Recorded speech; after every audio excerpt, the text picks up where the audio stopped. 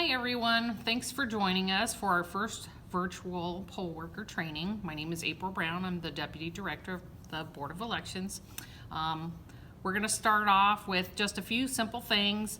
With COVID, this is why we're doing this video for the seasoned poll workers. We're going to go over just some basic reminders, one of which, because of the COVID, we are going to require that you take your temperature the morning of the election, just to make sure everything is okay with you there. If you're feeling ill, please call our office immediately or call Penny, and then we will send whoever out to the polling location where you're at, and you'll be excused.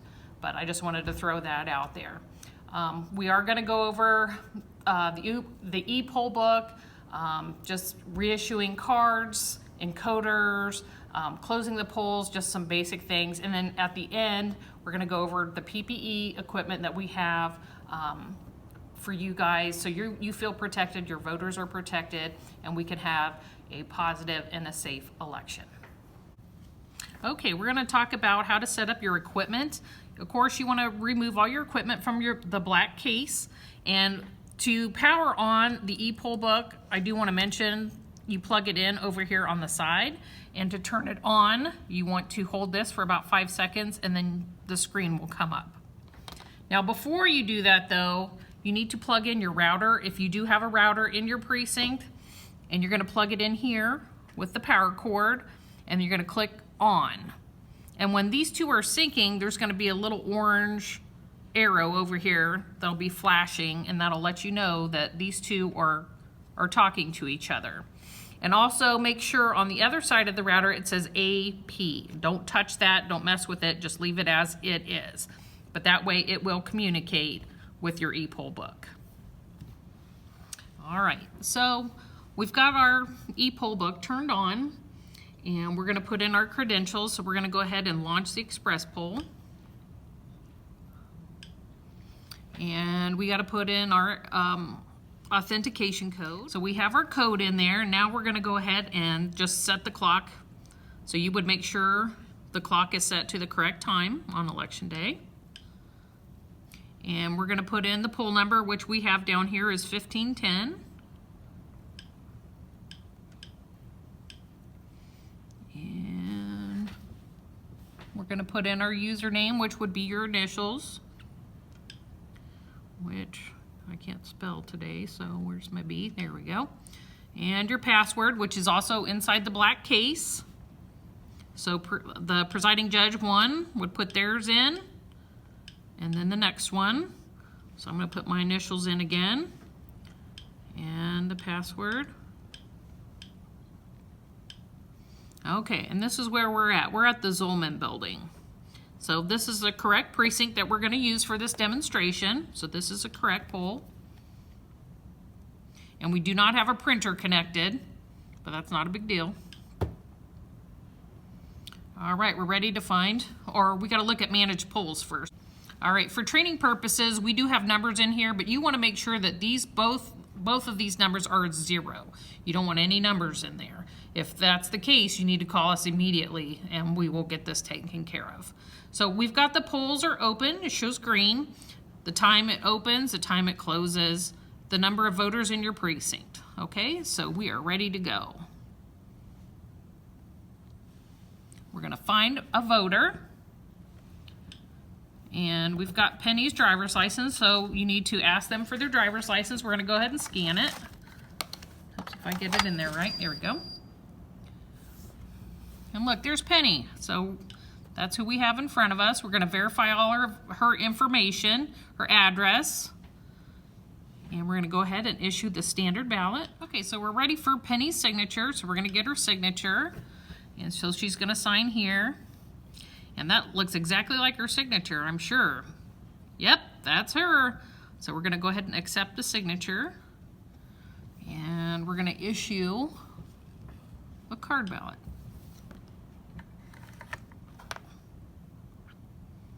Put that in there. And she's off to vote. Okay, one thing I do want to go over, because of the COVID-19, we are allowing people to vote if their driver's license are expired only because they haven't been able to get to the BMV because of all the backlog and that situation. So they do have till December 31st of this year to get that taken care of, but they will be allowed to vote in this election. So I do want to mention that to you guys. Also, if the driver's license for some reason does not scan, you want to go to their last name. See if we can go there, and we're going to put in the first 3 letters. And we're looking for Penny, so let's see. We'll go to the first name. We're just going to put a P in there. And there she is. Okay, so that's just how to manually find a voter in your precinct. Okay, now we're going to find someone, and we're going to issue a paper ballot. So we're going to go with Patricia, and we're going to issue a standard ballot. And we're going to get her signature. And the signature is correct.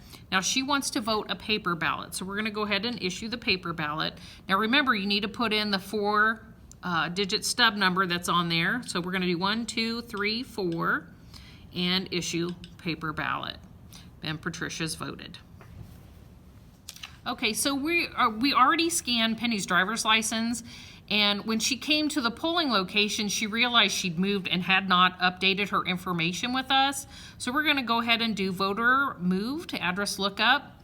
And so we're actually going to use my address. And so I'm going to put in, actually, I need to go search entire county. That's going to matter because evidently we're not in the right precinct. So we need to look where we moved to. Space.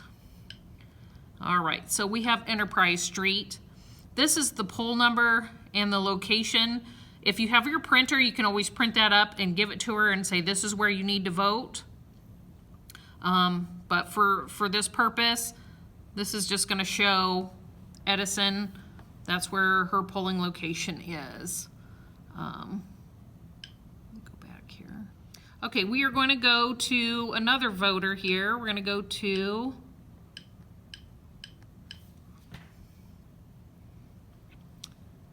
let's see, Pam. There she is. Now she's voted early, so you guys need to pay attention to this. This you're going to see quite a bit because there's a large number of people that have requested an absentee ballot or they've already voted in our office. So you want to double check this area right here. If there's red of any kind, that's to alert you. Okay?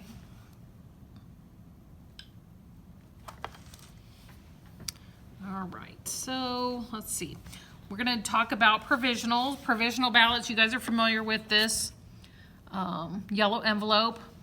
You would have the person fill all this information out. This is if they have moved or they need to update something with us. But you need to make sure that they fill this out completely and that to find where their information is as far as their ballot, you want to look at this right here, the precinct. You want to give them 021 Highland. You want to make sure that they have that ballot. Okay, we're going to talk about Pam Porter. Again, it shows in our system that she has already voted, but she insists on voting. So you can give her a provisional ballot. You need to make sure she fills this out.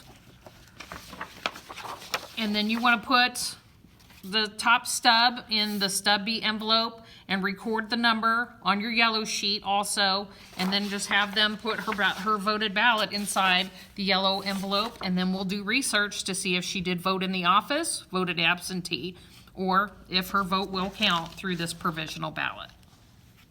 Okay, so you have a voter that comes to you and says, my voter card didn't work, but you've already issued them a card, so you want to reissue a ballot, get their signature, accept, and there's this reason code down here you need to, if we can get that. We'll say the card didn't work, voter card error. If I can get that to work. There we go. Issue card ballot. card in the slot, and they're off to vote again. Just verify that the reason of why they couldn't vote. Make sure you have your Democrat and your Republican go up to the machine, verify that this card, there was an error with it. And also let us know if you do encounter that problem, because we need to know that.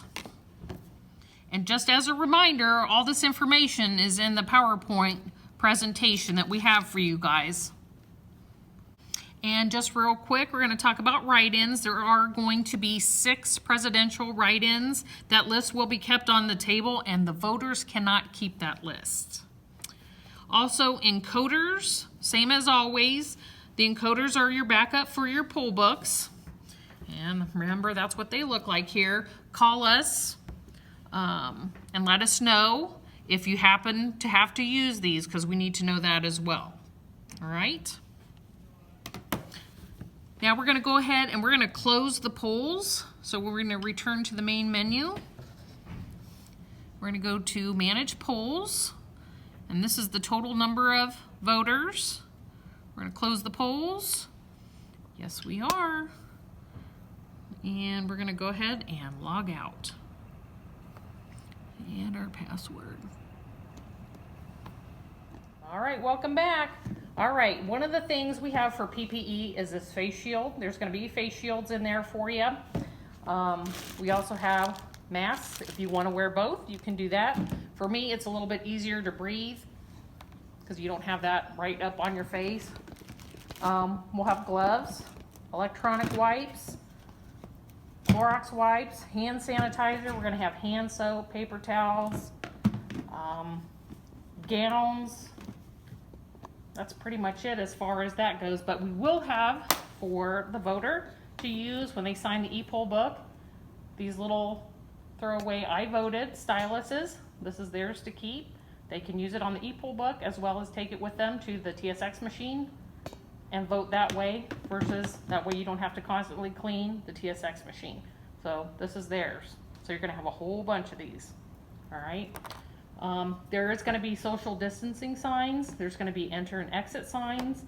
Now, I do want to say if you have a person that comes in and they don't have a mask on, you can offer them a mask. Most people at this point already have their own. If they refuse to wear one, it's okay. They can go ahead and vote. Just get them in and out of there. Once they're gone, then you can go and clean the machine and carry on with your day. But I just want to make sure that you guys know they are allowed to vote, even though they don't have a mask on. A voter must be allowed to vote. All right, so we're going to go ahead and run our voted list, the 11 and 4 p.m. So we're going to go to System Tools and Report Tasks. We're going to go to Voted List. And we've got our 6 a.m., whoops, maybe, and to 11.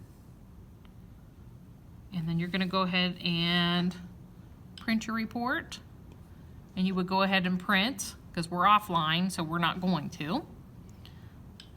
But then also to do your 4 o'clock one, you do 11 to 4. Okay. And then you need to place these lists on the table for the public to see, because you might have people that come in and are curious.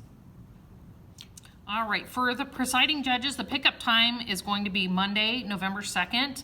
You can be here 6 to 7 p.m. is the window that we've picked for you guys to get your supplies. The PPE totes will be with the voting machine, so that's not something that you will have to pick up that day. Let's see. You will also, in your kits, you'll have the name change form, which is the 10L. Make sure your provisional ballots are correct. Now you're going to have observers this time, so make sure they show ID and take the oath. And also remember, please, if a voter does not want to wear a mask, keep your cool. Just go ahead and let them vote and get them out the door, okay? All right, so if a voter comes in and they don't have a mask on, just go ahead and let them vote, get them out the door. We want to be safe, but we want to make sure that everybody does have a right to vote, and every vote does count. Thank you guys so much, and we look forward to seeing you.